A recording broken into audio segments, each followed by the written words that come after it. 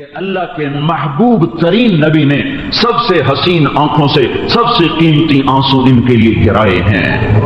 وہ اس امت کے زانیوں کے لیے روئے ہیں، انہیں غیرت آئے نہ آئے۔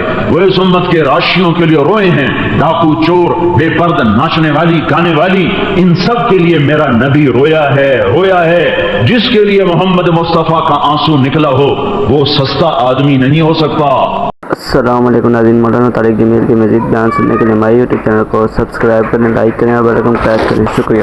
ہاں وہ بہت گندا ہے پر کافر سے مقابلہ تو نہ کرو۔ اللہ ان کو کہہ رہا اولئک کالانعام، یہ جانور، اللہ کہہ رہا بل ہم اضل، نہیں جانور سے بھی بدتر، کہ جانور تو میری مالا جپتے ہیں، میرا نام لیتے ہیں، یہ ظالم تو میرا نام بھی نہیں لیتے۔ تو اتنے بے غیرت تو نہ بنو کہ مسلمان اور کافر کا مقابلہ شروع کر دو۔ جس کے لیے اللہ کے محبوب کے آنسو نکلے ہوں، جس کے لیے عرفات میں 6 گھنٹے دعا کی ہو، جس کے لیے مدینے کی فضائیں گواہ ہوں کہ ساری رات آپ نے رو کر دعا کی ہے، اور مکے کی فضائیں گواہ، آپ رو رہے جبریل آئے، یا رسول اللہ کیوں رو رہے ہیں؟ کہ مجھے میری امت کا غم رلا رہا۔ آپ نے کہا ایمان والے کے کافر؟ کہ نہیں ایمان والے۔ کہ میں اپنی امت کے وہ ایمان والے جو کبیرہ گناہوں پہ مر جائیں گے ان پہ رو رہا ہوں۔ جبریل آئے، یا رسول اللہ جہنم میں 7 حصے ہیں، سب سے نیچے حاویہ ہے، اس میں منافق ہیں، اس کے اوپر جحیم ہے، اس میں مشرک ہیں، اس کے اوپر سقر ہے، اس میں مجوس ہیں، اس کے اوپر سعیر ہے، اس میں صابئین ہے، اس کے اوپر لظا ہے، کبھی حطمہ کبھی لظا، مختلف جگہ دو مختلف پڑھے ہیں۔ اس کے اوپر لظا ہے، اس میں یہودی ہیں، اس کے اوپر حطمہ ہے، اس میں عیسائی ہیں، یا الٹ اس کے نیچے حطمہ ہے، اس میں یہودی ہیں، اس کے اوپر لظا ہے، اس میں عیسائی ہیں، اور اس کے اوپر کہہ کر چپ ہو گئے۔ آپ نے کہا اس کے اوپر کیا ہے؟ تو اس کے اوپر کیا ہے؟ کہ یا رسول اللہ آپ سے شرم آتی۔ کہ نہیں بتاؤ؟ کہ اس کے اوپر جہنم ہے جو آپ کی امت کے نافرمانوں کے لیے ہے، جو کبیرہ گناہ کرتے ہوئے مر گئے اور توبہ نہ کی۔ تو رسول پاک صلی اللہ علیہ وسلم غش کھا کے گر گئے۔ او میرے بھائیو، میں نے تمہیں تو جنت دوزخ کو دیکھا نہیں ہے، ہمارے نبی نے اس آگ کو دیکھا ہے، اس جنت کو دیکھا ہے۔ جو آپ کا ظرف ہے یہ نبی دیکھ سکتا ہے ان آنکھوں سے، کوئی اور دیکھے تو مر جائے، کلیجہ پھٹ جائے، نہیں دیکھ سکتا۔ ہائے جس آگ کا ایک قطرہ زمین پہ ڈال دیا جائے تحت الثری تک زمین کڑوی ہو جائے، ایک لوٹا پانی سمندر میں ڈالو سمندر کھولنے لگ جائیں، یہ وہ بلا ہے۔ تو آپ نے غش کھا کے گر گئے، تو رو رہے ہیں، آنسو بہ رہے، لبوں پہ خاموشی لگ گئی، لوگوں سے ملنا چھوڑ دیا، نماز پڑھائیں کمرے میں چلے جائیں، نماز پڑھائیں کمرے میں چلے جائیں۔ جب تیسرا دن گزرا صحابہ میں تشویش ہوئی، ابوبکر صدیق دوڑے ہوئے گئے، اجازت مانگی اندر جانے کی، آپ نے اجازت نہیں دی۔ حضرت عمر گئے اجازت مانگنے تو آپ نے اجازت نہیں دی۔ سلمان فارسی گئے اجازت مانگنے تو آپ نے اجازت نہیں دی۔ سلمان فارسی کو ایک بات سوچی، وہ سیدھے گئے حضرت فاطمہ کے پاس کہ بیٹی تجھے اجازت مل سکتی ہے، سب نہ ابوبکر عمر جیسے ناکام ہو گئے، اللہ کا نبی کو پتہ نہیں کیا ہو گیا ہے، تیسرا دن ہے، رو رہے ہیں، بات نہیں کر رہے ہیں اور کسی کو مل نہیں رہے ہیں، تو جا، تجھے اجازت مل سکتی ہے، پتہ تو کر ہوا کیا۔ تو حضرت فاطمہ رضی اللہ تعالیٰ عنہا تیزی سے دوڑتی ہوں، آپ نے کہا فاطمہ میرے جگر کا ٹکڑا ہے، جس نے اسے سکھ دیا اس نے مجھے سکھ دیا، جس نے اسے دکھ دیا اس نے مجھے دکھ دیا۔ کہا فاطمہ جنت کی عورتوں کی سردار ہے، اس کے بیٹے حسن حسین جنت کے نوجوانوں کے سردار ہیں۔ جب آپ سفر کے لیے جاتے تھے تو بیویوں سے ملتے تھے، سب سے آخر میں حضرت فاطمہ کو ملتے، پھر سفر پہ جاتے، جب سفر سے واپس آتے تو سب سے پہلے اپنی بیٹی فاطمہ سے ملتے، پھر جا کے اپنی بیویوں سے ملتے تھے۔ اس لیے زیادہ جدائی برداشت نہیں کی آپ نے، زیادہ جدائی برداشت نہیں کہا فاطمہ میرے بعد تو جلدی ہی آ جائے گی، سب سے پہلے تو ہی مجھے آ کے ملے گی۔ 6 مہینے کے بعد صرف 24 سال کی عمر میں اپنے باپ کے پاس پہنچے۔ حضرت فاطمہ دوڑی ہوئی آئی، دروازے پہ دستک دی، کہ کون؟ کہا جی فاطمہ۔ کہ مرحبا مرحبا میری بیٹی مرحبا۔ اندر آنے کی اجازت ملی، دیکھا تو آپ کے آنسو مسلسل جھڑیوں کی طرح۔ یا رسول اللہ کیا ہوا؟ یا ابتا کیا ہوا؟ کہا فاطمہ کچھ نہ پوچھو کیا ہوا، جبریل مجھے بتا گیا ہے کہ میری امت کے وہ لوگ جو توبہ کیے بغیر مر گئے وہ جہنم کی آگ میں جلیں گے۔ کتنی امت کے نوجوان ہوں گے جن کو فرشتوں نے پکڑا ہوگا ٹھوڑیوں سے، وہ کہیں گے ہائے ہماری جوانی پہ رحم کرو۔ کتنے بوڑھے ہوں گے جن کو فرشتے گھسیٹ رہے ہوں گے، کہیں گے ہائے ہمارے بڑھاپے پہ رحم کرو۔ کتنی عورتیں ہوں گی جن کی چوٹیوں سے فرشتوں نے پکڑا ہوگا، ان کو گھسیٹ کے لے جا رہے ہوں گے اور ان ننگے بدن گھسٹ رہی ہوں گی، وہ کہیں گے ہائے ہائے ہم بے پرد ہو رہی ہیں، ہم پر رحم کرو۔ ہائے ہائے یہ پردہ تم نے فیصلہ آباد میں کر لیا ہوتا تو آج تمہیں بے پرد ہونا نہ پڑتا۔ یہ رو رہے ہیں رو رہے ہیں رو رہے ہیں۔ ہائے انہا لظا، وہ ایک بھڑکتی آگ ہے، نزاعۃ للشوا، جو کھال اتار کے رکھ دیتی ہے۔ کلما نضجت جلودہم بدلناہم جلودا غیرہا لیذوقوا العذاب۔ میں کیا بتاؤں تمہیں، سارے احساسات کے سیل کھال کے اندر ہیں۔ کھال، یہ کھال 1.5-2 سینٹی میٹر ہے۔ جہنم میں جانے کے بعد یہ کھال 42 ہاتھ موٹی ہو جائے گی۔ 42 ہاتھ یعنی 88 فٹ یہ کھال موٹی ہوگی۔ 88 فٹ کھال کی موٹائی ہے۔ اب بولو اس میں کس قدر دکھ درد کے عذاب چلیں گے۔ اور میرا اللہ کہہ رہا ہے جب یہ کھال پک جائے گی، یہ نہیں کہا جب جل جائے گی، چونکہ جلنے کے بعد احساس ختم ہوتا ہے، تو جلنے کے بعد بنائے تو 1-2 سیکنڈ ملتے ہیں ان کو سکھ کا سانس لینے کے، تو میرا اللہ کہہ رہا ہے نہیں، جب گلے گی تو میں نئی کھال چڑھاؤں گا تاکہ عذاب میں کمی واقع نہ ہو۔ فذوقوا فلن نزيدكم الا عذابا، چکھو یہ عذاب بڑھتا جائے گا بڑھتا جائے گا بڑھتا جائے گا۔ اس امت کے ظالم کے لیے اللہ کا نبی رویا، جواری کے لیے کافر کے لیے آنسو آپ نے بہائے ہیں۔ آپ ابو جہل کے لیے بھی روئے اور آپ ابو لہب کے لیے بھی روئے اور آپ ولید بن مغیرہ کے لیے بھی روئے، لیکن جب ان کے فیصلے ہو گئے اور اللہ نے کہہ دیا بس ختم تو آپ خاموش ہوئے۔ لیکن امت کے لیے تڑپے بھی، روئے بھی، مشلے بھی، بے قرار بھی، ایسی بے قراریاں کہ ایک رات ایسا روئے، مسلم کی روایت ہے کہ پکار اٹھے یا اللہ۔ ابراہیم علیہ السلام نے کہا تھا معاف کر یا نہ کر تیری مرضی، اور عیسیٰ علیہ السلام نے کہا تھا معاف کر یا نہ کر تیری مرضی، فمن تبعنی فإنہ منی ومن عصانی فإنک غفور الرحیم۔ ابراہیم کی پکار ان تعذبہم فإنہم عبادک وإن تغفر لهم فإنک انت العزیز الحکیم۔ عیسیٰ علیہ السلام کی پکار معاف کر یا نہ کر، یا اللہ میں نہ عیسیٰ کی کہوں نہ ابراہیم، میں تو ایک ہی کہوں گا امتی امتی امتی امتی امتی امتی۔ یہ جو کہنا شروع کیا میری امت میری امت میری امت، یعنی میری امت کو معاف کر دے کر دے کر دے کر دے، نہیں کرنا پھر بھی کر دے، نہیں کرنا پھر بھی کر دے، یا اللہ کر ہی دے۔ جیسے بچہ ماں کے سامنے ضد کرتا ہے نا تو ماں پسیجتی ہے۔ آپ کے رونے نے عرشوں کو ہلا دیا۔ جبریل آئے کانپتے یا رسول اللہ پوچھ رہا کیوں رو رہے ہیں؟ اللہ کو تو پتا تھا کیوں رو رہے ہیں، اللہ تو جانتے ہیں۔ ہم بدبختوں تک بات پہنچانی تھی۔ ظالموں کس نبی کے اوپر ظلم کر رہے ہو؟ کس کے سینے میں دوری دھار کے خنجر چلا رہے ہو؟ کس کی سنتوں کو ذبح کرتے ہو؟ کیا تو میں نے کسی کا دل تو نہیں دکھایا؟ اور وہ جو سب سے پیارے محبوب کا دل دکھا رہے ہو، کبھی نہیں سوچا جب جھوٹ بولا تم نے کس کے سینے پہ وار کیا؟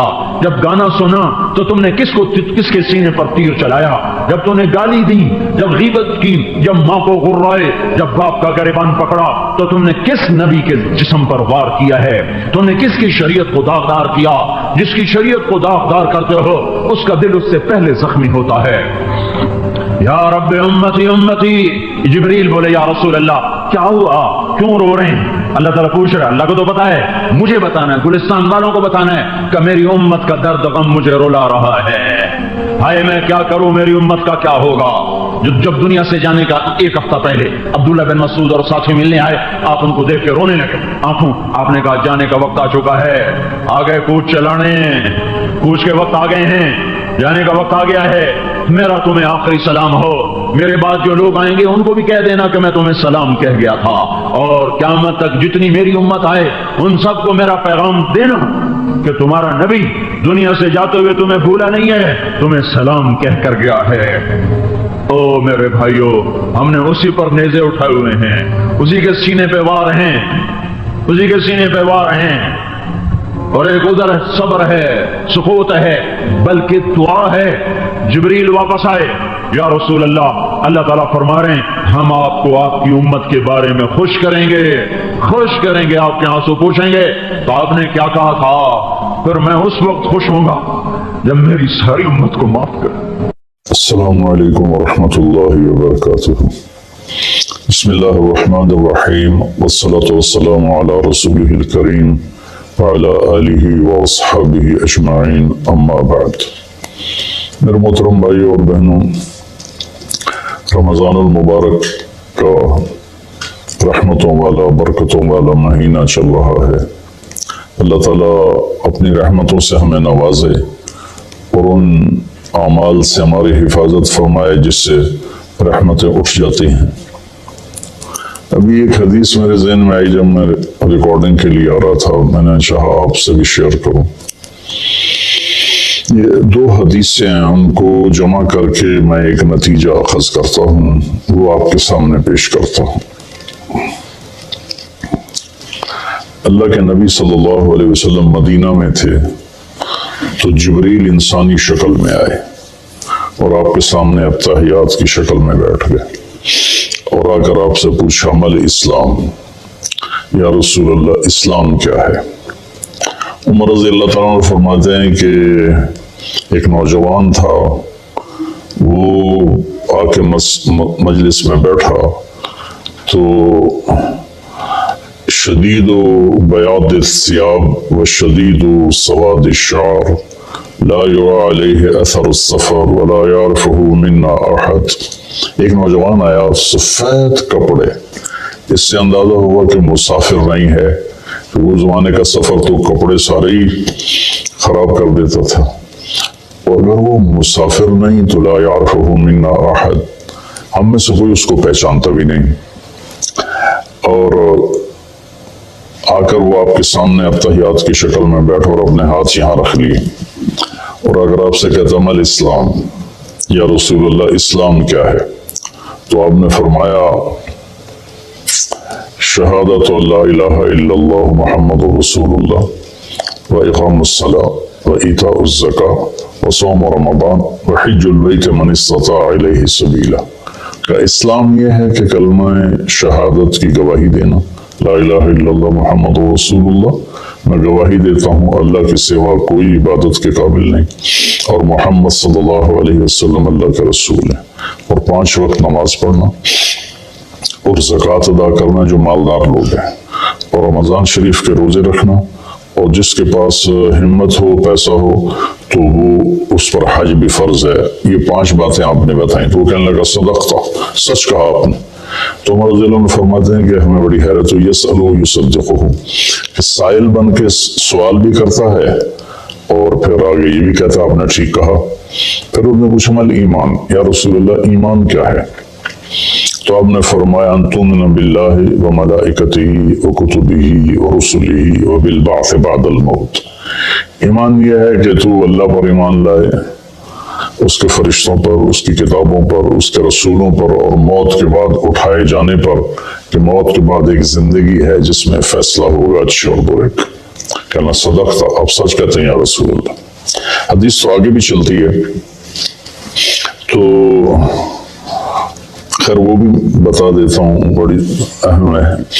متی تقوم الساعہ، یا رسول اللہ قیامت کب آئے گی؟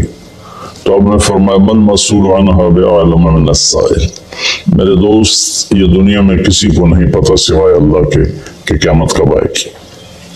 تو کہنے لگا اخبرنی عن اماراتها، مجھے اس کی نشانیاں بتائیں۔ تو آپ نے ارشاد فرمایا کہ ان تری الحفاة الرعاة العالة رعاء الشاء يتطاولون في البنيان وان تلد الامة ربتها۔ تو آپ نے 2 نشانیاں بتائیں۔ فرمایا جب تو دیکھے عرب کے بدو ننگے پیر چلنے والے اور بکریاں چلانے والے بڑی بڑی بلڈنگوں کے مالک بن جائیں اور ایک دوسرے کے ساتھ مقابلہ کریں، میری بلڈنگ کی منزلیں زیادہ ہیں، اس کی کم ہیں، اس کی کم ہیں، میری زیادہ ہیں، ایک یہ بتائی۔ اور دوسری یہ بتائی جب تو یہ دیکھے کہ بیٹیاں بھی ماؤں کو ذلیل کرنے لگ جائیں، خاص طور پر بیٹی کا ذکر کیا کہ بیٹے عام طور پر زیادہ سرکش ہوتے ہیں اور بیٹیاں اکثر دھیمے مزاج پر ہوتی ہیں، ماؤں کا ساتھ دیتی ہیں، تو آپ نے فرمایا خاص طور پر جب بیٹیاں بھی ماؤں کو ذلیل کریں.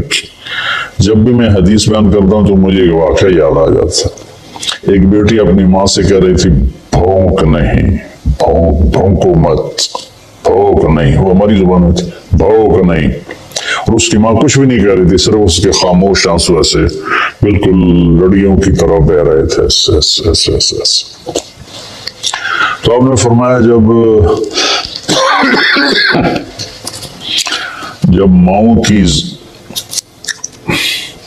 بیٹیاں بھی عزت نہیں کریں گی اور ان کو ذلیل کریں گی تو بس پھر سمجھو کہ قیامت قریب ہے. اس کے بعد وہ اٹھے اور چلے گئے. پھر آپ نے حضرت عمر سے فرمایا بعد میں کہ جانتے ہو یہ کون تھا؟ کہا جی نہیں. کہا یہ جبریل تھے جو تمہیں دین سکھانے کے لیے آئے تھے سوال کی شکل میں. تو یہاں اسلام کا جواب آتا ہے 5 ارکان اور ایمان کا جواب آتا ہے 5 عقیدے. اللہ پر، ملائکہ پر، کتابوں پر، رسولوں پر اور موت کے بعد کی زندگی پر. یہ 5 یہ اور 5 ہو. یہ ایمان 5 عقیدے اور اسلام 5 اعمال. لیکن آخری حج میں جب اسلام مکمل ہو چکا ہے، پورا دین نازل ہو چکا ہے، الیوم اکملت لکم دینکم واتممت علیکم نعمتی ورضیت لکم الاسلام دینا، یہ عرفات میں یہ آیت نازل ہو چکی ہے اور دین کے مکمل ہونے کی خوشخبری دی جا رہی ہے. صرف اسی امت کو یہ خوشخبری ملی اور کسی کو نہیں ملی. تو وہاں عمر بن عبسہ رضی اللہ تعالیٰ عنہ ایک صحابی ہیں جو حج میں ہی شریک ہوئے. پہلے مکہ میں آئے تھے تو آپ نے کہا ہم بہت کمزور ہیں، ابھی چلے جاؤ، جب اللہ ہمیں طاقت دے گا پھر آ جانا. تو یہ کلمہ پڑھ کے چلے گئے اور پھر یہ آئے جب آپ حج میں تھے تو انہوں نے حجۃ الوداع میں سوال کیا. کس جگہ پر یہ ہو سکتا کہیں لکھا ہو، مجھے یاد نہیں، کہ یا رسول اللہ مل اسلام. اب جبریل مل اسلام اور یہ بھی کہہ رہے ہیں مل اسلام. جبریل کے جواب میں 5 اعمال، کلمہ، نماز، روزہ، حج، زکوٰۃ. یہاں کیا ہو رہا ہے؟ مل اسلام یا رسول اسلام، کیا اسلام مکمل ہو چکا ہے. جبریل، حدیث جبریل میں پہلی بنیاد کو بتایا ہے کہ یہ 5 اعمال بنیاد اسلام ہیں، یہ نہ ہو تو اسلامی نہیں ہے. اب یہاں اس کی آخری چھت کو بتایا جا رہا ہے کہ چھت جو مکمل ہوتی ہے تو گھر کہلاتا ہے، چھت نہ ڈالی گئی ہو تو گھر نہیں ہوتا، رہنے کے قابل نہیں ہوتا، نہ خود رہ سکتا ہے مالک، نہ کسی کو بلا سکتا. جب وہ چھت ڈال لیتا ہے تو خود بھی رہتا ہے، مہمانوں کو بھی بلاتا ہے. تو اب یہ جو حدیث پاک ہے نا، یہ اسلام کی آخری چوٹی کو بتا رہی ہے. وہ کہتا ہے مل اسلام. ایک اس قسم کا سوال ہے، جواب 2 ہیں. آپ نے کہا اطعام الطعام ولین الکلام. اسلام ہے کھانا کھلانا اور میٹھا بولنا. سبحان اللہ. اللہ تعالیٰ کو سخاوت پسند ہے، سخی سے اللہ کو پیار ہے چاہے وہ فاسق ہی کیوں نہ ہو، اور بخیل سے اللہ تعالیٰ کو پیار نہیں ہے چاہے وہ تہجد گزار ہی کیوں نہ ہو. جو پیسے کا پجاری ہے، یحسب مالہ اخلد ان مالہ اخلد جمع مالا وعددا، تو یہ اللہ کو انتہائی ناپسند ہے جو پیسے جوڑ جوڑ کے نہ اپنے اوپر خرچ کرتا ہے نہ بچوں پہ خرچ کرتا ہے، بس مال بڑھا رہا ہے، کاروبار بڑھائے جا رہا ہے. تو یہ اللہ سے اس کی دوستی کبھی نہیں ہو سکتی. تو اطعام الطعام، کھانا کھلانا. ولین الکلام، اور نرم بولنا، نرمی والا بولنا، نرمی والا بولنا، نرمی والی گفتگو کرنا. یہ اسلام کی انتہا ہے. تو کھانا تو بہت لوگ کھلاتے ہیں لیکن زبان کا بول نرم ہو، میٹھا ہو، یہ امت سے نکل گیا ہے. کم از کم بر صغیر سے تو نکل گیا ہے. باقی دنیا بھی پھرا ہوں، دست و گریباں ہیں اور پیچھے زبان کا بول ہے. رشتے ٹوٹ رہے ہیں، محبتیں ختم ہو رہی ہیں اور خاندان بکھر رہے ہیں. اس کے پیچھے کہیں جائیداد کے جھگڑے بھی ہیں، لیکن زیادہ جس چیز نے آگ لگائی ہے وہ ہے یہ زبان کا بول. میرے نبی نے حضرت معاذ بن جبل رضی اللہ عنہ سے فرمایا، معاذ تم اس ساری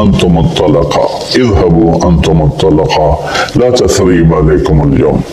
میں وہ کہتا ہوں جو میرے بھائی یوسف نے اپنے بھائیوں سے کہا تھا، یوسف علیہ السلام نے، کہ جاؤ تم آزاد ہو، تم پر کسی قسم کا کوئی ایلیگیشن نہیں ہے. سبحان اللہ. 21 سال جنہوں نے آخر حد تک آپ کے دکھ پہنچانے کے سارے جتن کر لیے، وہ ان کو کہہ رہے ہیں لا تثریب علیکم اليوم، تمہارے ذمے تو کوئی جرم ہی نہیں بنتا، تمہیں سزا کیا دوں، جاؤ تمہیں معاف کی. عثمان بن طلحہ رضی اللہ تعالیٰ عنہ کے پاس بیت اللہ کی چابی تھی، خاندانی طور پر آج بھی اسی خاندان میں چلی آ رہی. تو جب آپ مکے میں تھے تو آپ نے ایک دن عثمان بن طلحہ سے کہا میرے بھائی یہ ذرا بیت اللہ کا دروازہ تو کھول دے، میں اندر جانا چاہتا ہوں.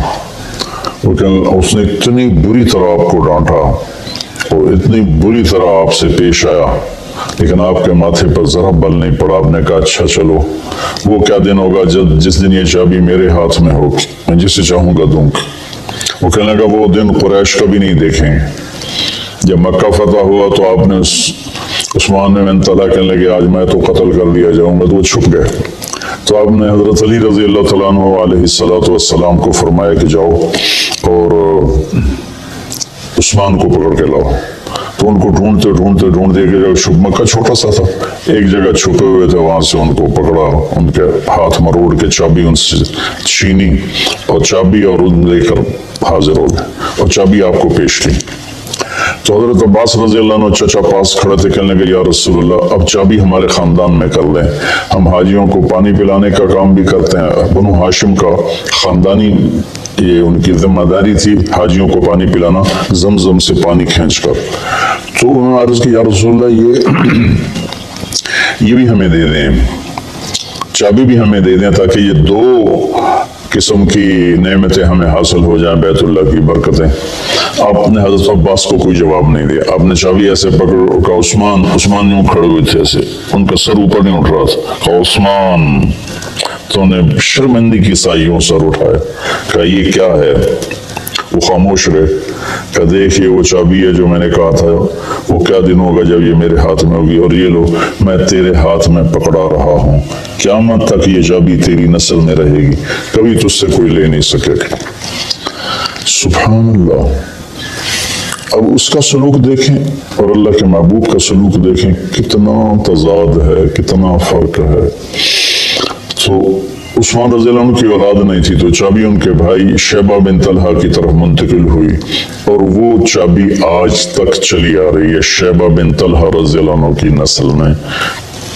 کچھ سال پہلے اس کے متولی تشریف لائے تھے، ایک نکاح میں نے پڑھایا تھا تو اس میں وہ شریک تھے، تو میں نے آدھا بیان عربی میں کیا، آدھا اردو میں کیا، اسی کا ترجمہ اردو میں یا اردو والے کا ترجمہ عربی میں کر کے بہت خوش ہوئے تھے، وہ بہت دعا دی تھی انہوں نے. تو آپ نے وہ چابی ان کے حوالے کی. تو ہمارے ماحول میں معاف کرنا بھی نہیں رہا. تو ایمان کی، اسلام کی صفات، کھانا کھلانا، میٹھا بولنا، اس کو بھی ترس گئے ہیں، اور ایمان کی صفات صبر کرنا اور معاف کرنا، اس کو بھی ہم ترس کے رہ گئے. اس کے بعد انہوں نے پوچھا ای الاسلام افضل، سب سے اعلیٰ درجے کا اسلام کیا ہے؟ آپ نے جواب دیا کہ ای الایمان افضل، اس کا بھی آپ نے جواب دیا. کہ انہوں نے پہلے پوچھا اسلام کیا ہے، پھر پوچھا ایمان کیا ہے، پھر پوچھا سب سے بہترین اسلام کیا ہے. تو آپ نے فرمایا من سلم المسلمون من لسانہ و یدہ، جو کسی مسلمان کو ہاتھ اور زبان سے تکلیف نہ پہنچائے، یہ سب سے بڑے ایمان والا ہے، سب سے بڑے اسلام والا ہے. پھر اس نے پوچھا سب سے بڑا ایمان کیا ہے؟ تو آپ نے کہا اچھے اخلاق، حسن اخلاق. ان دو پر انشاءاللہ کل گفتگو کریں گے. آج میں نے پہلی دو صفتیں اسلام ایمان. اب آگے آئے گا اسلام کا سب سے اعلیٰ درجہ کیا ہے اور ایمان کا سب سے اعلیٰ درجہ کیا ہے. السلام علیکم. اللہ نے زکوٰۃ فرض کی ہے تو زکوٰۃ نکالو. اب تو اتنے حالات ہیں کہ متوسط طبقہ بھی زکوٰۃ کا مستحق ہے. اپنے زکوٰۃ سے بڑھ کے نکالو، کیونکہ زکوٰۃ دینے والا بخیلوں سے تو نکل جاتا ہے، لیکن سخیوں میں داخلہ اس سے اوپر کرے گا تو ہوتا ہے. 2,500 دے دیا نا 1 لاکھ میں سے تو اب آپ پہ بخیل کا لیبل نہیں لگے گا، لیکن سخی کا بھی نہیں لگے گا، اوپر چوانی خرچ کر دو تو ایک سٹیپ آپ آ جائیں گے، سخی بن کے زندگی گزارو۔ لوگوں پہ خرچ کرنے کا مزہ بہت ہے، جوڑنے کے مزے سے زیادہ لگانے کا مزہ ہے۔ تو رمضان آ رہا ہے، خرچ کریں، زکوٰۃ سے پڑھ کر دیں، انتہائی ضرورت مند ہیں ہمارے لوگ۔ ابھی تو وہ جو سیلاب سے جو گھر گرے تھے ابھی تو وہ ہی نہیں بنے، کتنے ہزاروں لوگ بے گھر بیٹھے ہوئے ہیں۔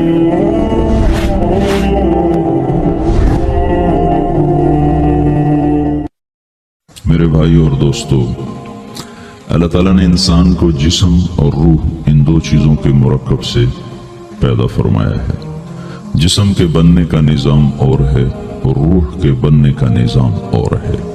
جسم کسی اور جگہ بنتا ہے اور روح کہیں اور سے آتی ہے۔ جسم زمین اور زمین کی غذاؤں کے مختلف مراحل پیش در پیش سے وقد خلقکم اطوارا، وہ مختلف شکلیں بدلتا بدلتا بدلتا ایک روپ میں ڈھلتا ہے، اور روح ایک لطیف اللہ کا امر ہے جس کا علم انسان کو نہیں دیا گیا۔ یسألونک عن الروح قل الروح من امر ربی وما اوتیتم من العلم الا قلیلا، کہ روح ایک اللہ کا امر ہے جس کے بارے میں تمہارے پاس کوئی علم نہیں ہے، لہذا اس کی تفصیل تم سمجھ نہیں سکتے ہو۔ روح آسمان سے آتی ہے، جسم زمین میں بنتا ہے، پھر 4 مہینے بعد اللہ اس کو آپس میں جوڑ دیتا ہے، زندگی متحرک ہو جاتی ہے، روح ہی کے ساتھ زندگی کی بقا رہتی ہے۔ جب اللہ اسے واپس نکال لیتا ہے تو سارے ٹائٹل ہٹ کر صرف ایک نام سب کو مل جاتا ہے اور وہ میت کا ہوتا ہے۔ وہ حضرت مولانا ہو، وہ کوئی ڈاکٹر ہو، بادشاہ ہو، صدر وزیر ہو، سارے اعزاز ٹائٹل ہٹا کر اس پر میت کا لفظ مہر لگ جاتی ہے۔ اس میں سے کیا نکلا ہے؟ ہر چیز تو موجود ہے، اب یہ بولتا کیوں نہیں، اٹھتا کیوں نہیں، چلتا کیوں نہیں؟ اس میں سے روح نکل گئی ہے۔ روح ہمارے جسم کی اصل ہے، اسے نکال دو تو جانوروں کو بھی پتا ہے کہ اب یہ بے جان چیز ہے، چیونٹیاں کیڑے مکوڑے بھی اس کو کھانے لگ جائیں گے، جانور بھی کھانے لگ جائیں گے، زمین بھی اس کو گلانے لگ جائے گی، ہوائیں اس کو متغیر کرنے لگیں گی۔ روح انسان کے اندر ایک چلتا ہوا زندگی کا کارواں ہے، اسے جب اللہ واپس بلاتا ہے تو اللہ یتوفی الانفس حین موتها والتی لم تمت فی منامها۔ موت کیا چیز ہے؟ اس کے 200 جواب ہیں سائنس کی کتابوں میں، تو 200 جواب بذات خود بتا رہے ہیں کہ یہ ایک جواب بھی ٹھیک نہیں ہے، اور قرآن ایک جواب دیتا ہے اور وہی حرف آخر ہے، قل یتوفاکم ملک الموت اللہ یتوفی الانفس حین موتها۔ اللہ ہے جو تمہاری روحوں کو موت کے وقت کھینچ لیتا ہے، تمہارے جسم سے نکال لیتا ہے۔ تو میرے بھائیو، موت کے وقت انسان 2 کیفیت میں ہوتا ہے۔ کچھ لوگوں کی روح ایسے نکل رہی ہوتی ہے کہ ان کے رگ رگ میں وہ پھنس رہی ہوتی ہے۔ وَلَوْ تَرَى إِذْ يَتَوَفَّى الَّذِينَ كَفَرُوا الْمَلَائِكَةُ يَضْرِبُونَ وُجُوهَهُمْ وَأَدْبَارَهُمْ، کاش تم دیکھ سکتے وہ منظر جب اللہ کے فرشتے نافرمانوں کی روح کو نکال رہے ہوتے ہیں تو ان کے منہ پہ بھی مارتے ہیں، ان کی کمر پر بھی مارتے ہیں۔ اور اخرجوا انفسکم اليوم، نکالو آج اپنی روحوں اور جانو، اب تم بچ نہیں سکتے ہو۔ وہ پیچھے ہٹنا چاہتے ہیں، رب ارجعون، مجھے واپس کر دے تھوڑی دیر کے لیے، لعلی اعمل صالحا، اب میں پورا ٹھیک مسلمان بن کے چلوں گا۔ تو اس کے جواب میں ہوتا ہے، اور حدیث پاک میں آتا ہے کہ ملک الموت اترتا ہے، اس کے ساتھ 4 فرشتے ہوتے ہیں، وہ 4 فرشتے آتے ہیں، اس کی پٹائی شروع کر دیتے ہیں۔ پرسوں یہ حدیث میں نے پڑھی ابن ماجہ میں کہ ملک الموت کہتا ہے، ایتھا النفس الخبیثہ کانت فی الجسد الخبیث، اے خبیث روح جو خبیث جسم میں تھی، اخرجی، باہر آؤ۔ اب وہ واپس تو ہو نہیں سکتا، اپنے آپ کو روک تو سکتا نہیں، تو وہ حیران پریشان خوف زدہ، تو اس کے جواب میں اس کو ملک الموت کہتا، ابشری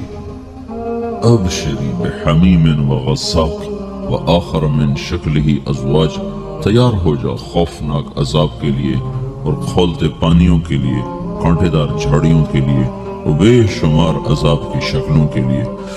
تو اس کی روح کو جب کھینچتے ہیں تو رگ رگ سے وہ کٹ کٹ کے نکلتی ہے تو سارا وجود زیر و زبر ہوتا ہے. سکرات کا درد ساری دنیا کے دردوں پر حاوی ہے. جب اس کی روح نکلتی ہے اور اس کو لے کر آسمان پر چلتے ہیں تو دروازے پر پہنچتے ہیں تو اندر سے فرشتے پوچھتے ہیں کون ہے؟ کہتے ہیں فلاں فلاں کا بیٹا ہے.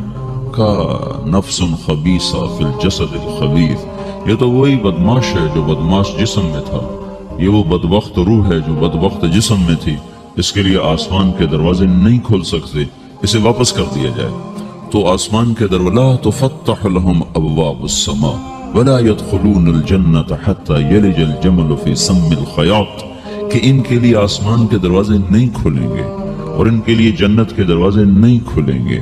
پھر یہ وہاں سے نیچے گرائے جاتے ہیں جو اللہ کا قید خانہ ہے سجین.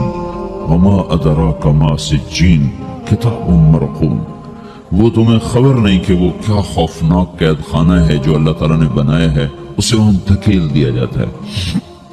پھر قیامت تک اس کے لیے انتظار کی گھڑیاں ہیں اور عذاب کی شدت ہے.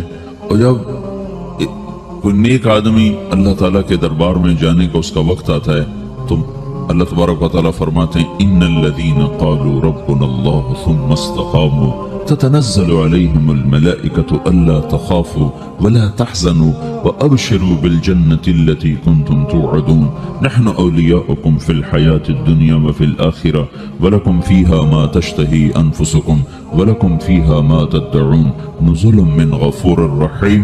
جب کوئی نیک مرد عورت کے جانے کا وقت آتا ہے تو اس کے لیے بھی فرشتے آتے ہیں اور آ کر اس کو خوشخبری دیتے ہیں اور آ کر اس کو تسلی دیتے ہیں کہ آپ غم نہ کریں، پیچھے والے بھی آپ کو مل جائیں گے، آپ خوف نہ کریں، آگے ساری منزلیں آپ کے لیے آسان ہیں، آپ کے لیے جنت بھی تیار ہے، رب بھی مہربان ہے.